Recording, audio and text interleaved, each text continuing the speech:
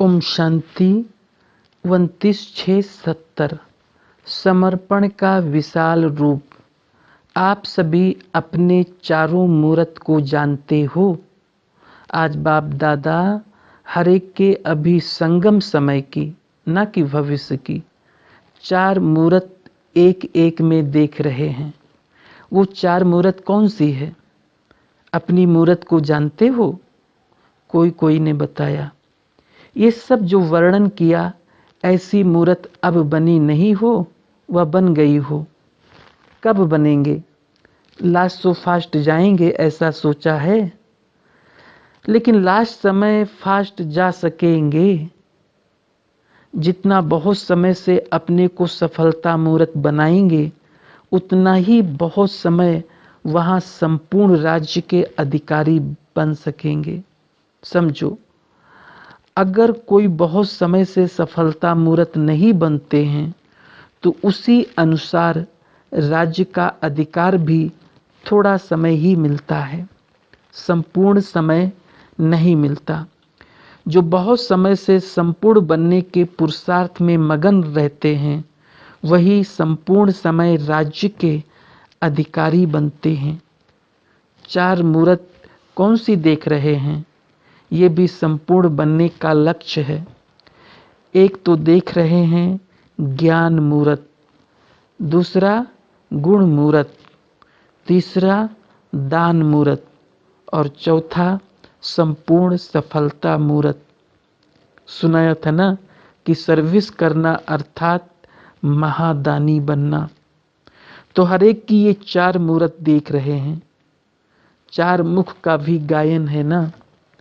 एक मूर्त में चार मूर्त का साक्षात्कार कराना है सभी को। अगर एक मूर्त भी कम है, तो वहाँ भी इतनी कमी पड़ जाती है। जैसे यहाँ साथ में ले जाने वाला सामान बुक कराते हैं, तो वहाँ मिल जाता है। ऐसे ही ये भी बुकिंग ऑफिस है। जितना यहाँ बुक करेंगे, उतना वहाँ प्राप्ति होगी। यही सोचो कि चार ही मूर्त बने हैं, चार मुखी बने हैं। जितना यहाँ अपनी मूर्त में सर्व बातें धारण करेंगे, उतना ही भविष्य राज्य तो मिलेगा ही, लेकिन द्वापर में जो आपकी जड़ मूर्तियाँ बनेंगी, वो भी इस संगम की मूर्ति प्रमाण ही बनेंगी। समझा? अब संपूर्ण मूर्त बनने के लिए क्या लक्ष्य सामने रखेंगे? जैसे भक्ति वालों को समझाते हो ना कि चित्र को देखकर वो ऐसे किस पुरुषार्थ से बने, सो समझो। तो आप संपूर्ण मूर्त बनने के लिए क्या लक्ष्य सामने रखेंगे? उन्होंने क्या लक्ष्य रखा? साकार में संपूर्ण लक्ष्य तो एक ही है ना। उसने कर्मातीत बनने के लिए क्या लक्ष्य रखा? किन बातों में संपूर्ण बने? संपूर्ण शब्द कितनी विशालता से धारण किया है, ये मालूम है? शब्द तो एक ही है संपूर्ण, लेकिन कितना विशाल रूप से धारण कर ऐसे बने। सर्व समर्पण के लक्ष्य से ही संपूर्ण बने। जितना समर्पण उतना संपूर्ण। लेकिन समर्पण का भी विशाल रूप क्या है? जितना विशाल रूप से इसको धारण करेंगे, उतना ही विशाल बुद्धि भी बनते और विश्व के अधिकारी भी बनते। वो विशालता क्या थी? इसमें भी चार बातें हैं। एक तो अपना हर संकल्प समर्पण, दूसरा हर सेकंड समर्पण अर्थात समय समर्पण, तीसरा कर्म भी समर्पण और चौथा संबंध और संपत्ति जो है वो भी समर्पण। सर्व संबंध का भी समर्पण चाहिए। उस संबंध में लौकिक संबंध तो आ ही जाता है, लेकिन ये जो आत्मा और शरीर का संबंध है, उसका भी समर्पण। इतने तक संबंध को समर्पण किया है। विनाशी संपत्ति तो कोई बड़ी बात नहीं है, लेकिन जो अविनाशी संपत्ति, सुख, शांति, पवित्रता, प्रेम, आनंद की प्राप्ति होती है, जन्म सिद्ध अधिकार के नाते, उसको भी और आत्माओं की सेवा में समर्पण कर दिया। बच्चों की शांति में स्वयं की शांति समझो तो आत्माओं को शांति देने में ही अपनी शांति समझें। यह है लौकिक संपत्ति और साथ साथ ईश्वरीय संपत्ति को भी समर्पण करके अपनी साक्षी स्थिति में रहना। तो समर्पण शब्द का इतना बड़ा विशाल रहस्य है, समझा। ऐसे विशाल रूप से धारण करने वाले ही संपूर्ण मूर्त और सफलता मूर्त बनेंगे। तो समर्पण शब्द कोई साधारण अर्थ से ना समझना। लौकिक का समर्पण करना सहज है, लेकिन जो ईश्वरीय प्राप्ति होती है वो भी समर्पण करना अर्थात महादानी बनना और औरों का शुभ चिंतक बनना, ये नंबरवार यथा योग्य यथाशक्ति होता है। इतने तक समर्पण बनने वाले को संपूर्ण समर्पण कहा जाता है। ऐसे संपूर्ण मूर्त समर्पण मूर्त बने हो। अपनापन बिल्कुल समा जाए। जब कोई चीज किसमें समा जाती है तो फिर समान हो जाती है। समाना अर्थात समान हो जाना। तो अपनापन जितना ही समाएंगे उतना ही समानता मूर्त बनेंगे। आप लोग जब अन्य आत्माओं की सेवा करते हो तो क्या लक्ष्य रखते हो? आप समान बनाने का।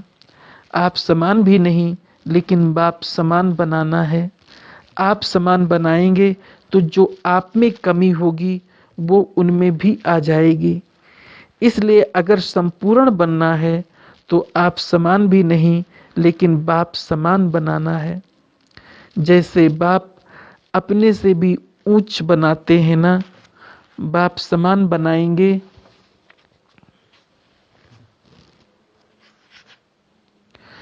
तो फॉलो फादर हो जाएगा। जैसे बाप ने अपने से ऊंचा बनाया, वैसे अपने से भी ऊंचा बाप समान बनाएंगे तो गोया फॉलो फादर किया। तो अब आप समान भी नहीं, लेकिन बाप समान बनाना है।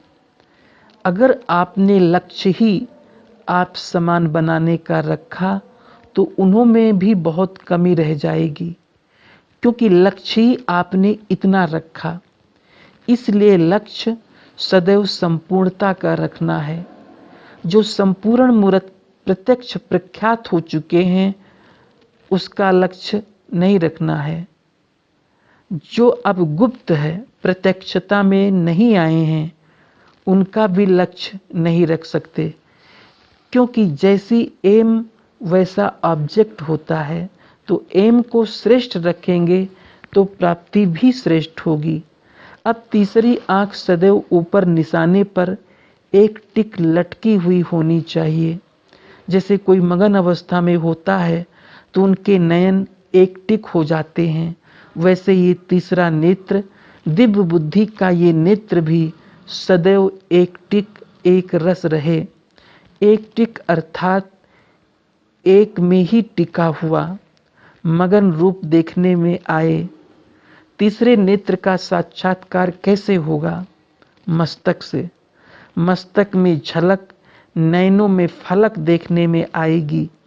इससे भी पता पड़ेगा कि इनका तीसरा नेत्र मगन है या युद्ध स्थल में है। जब आँख थोड़ी ठीक नहीं होती है तो पलक घड़ी घड़ी नीचे ऊपर होती रहती है। ये भी तीसरा नेत्र अगर यथार्थ रीति से ठीक होगा, अर्थात दिव्य बुद्धि यथार्थ रीति से स्वच्छ होगी तो एक टिक होगा। आँख में कोई किचड़ा आदि पड़ जाता है तो क्या होता है? पलकें हिलने लगती है।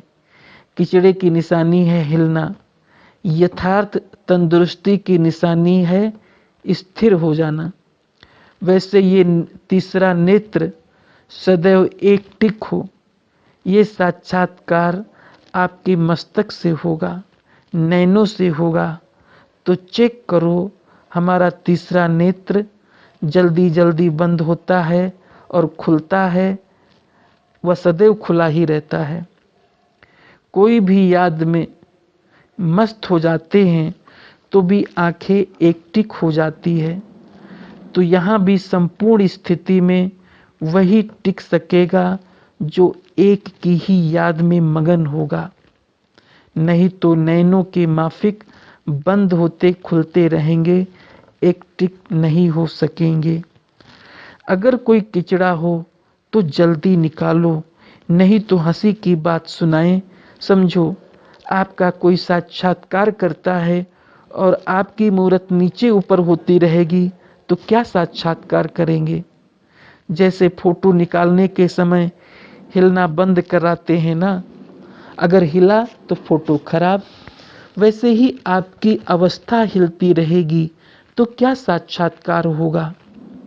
जैसे फोटो निकालते समय अपने को कितना स्थिर करते हो, वैसे ही सदैव समझो कि हमारे भक्त हर समय हमारा साक्षात्कार कर रहे हैं। तो साक्षात्कार मूर्त अर्थात स्थिर मूर्त होंगे, नहीं तो भक्तों को साक्षात्कार स्पष्ट नहीं होगा। स्पष्ट साक्षात्कार कराने के लिए स्थिर बुद्धि, एक टिक स्थिति आवश्यक है। समझा? अभी से ही भक्त लोग एक एक का साक्षात्कार करेंगे, वो बीज अर्थात संस्कार उन भक्तों की आत्मा में भरेगा, फिर उस संस्कार में मर्ज होंगे और फिर द्वापर में वही संस्कार इमर्ज होगा। जैसे आप समझाते हो ना कि धर्म स्थापक यहाँ से संदेश लेकर संस्कार भर कर जाएंगे, वही फिर इमर्ज होगा। वैसे आप सभी के अपने अपने भक्त और प्रजा संस्कार ले जाएगी, फिर उस प्रमाण ही इमर्ज होते हैं। अगर भक्तों के सामने स्पष्ट मूर्त ही नहीं दिखाई देंगे तो उनमें वो संस्कार कैसे भरेंगे? ये भी कर्तव्य करना है, सिर्फ प्रजा नहीं बनानी है, साथ साथ भक्तों में भी वो संस्कार भरना है। कितनी प्रजा बनी है, कितने भक्त बने हैं, ये भी मालूम पड़ेगा। भक्तों की माला और प्रजा की माला दोनों प्रत्यक्ष होंगे। हर एक को अपनी दोनों मालाओं का साक्षात्कार होगा। अपना भी साक्षात्कार होगा कि मैं कहाँ माला में पिरोया हुआ हूँ। ये भी एक गुप्त रहस्य है कि किन्हों के भक्त ज़्यादा होते, किन्हों की प्रजा जास्ती बनती। जैसे कोई की राजधानी बड़ी होते भी संपत्ति कम होती है, कोई की राजधानी कम होती परंतु संपत्ति ज़्यादा होती है। ये भी गुप्त रहस्य है जो कभी खोलेंगे। अभी तो लक्ष्य रखो प्रजा बनाने का, भक्त तो लास्ट में मिनट मोटर के समान बनेंगे। यहाँ भी भक्त वंदना करेंगे, पूजा नहीं, गायन करेंगे, पूजा फिर वहाँ करेंगे। ये सब बाद में मालूम पड़ेगा। अच्छा, ओम शांति।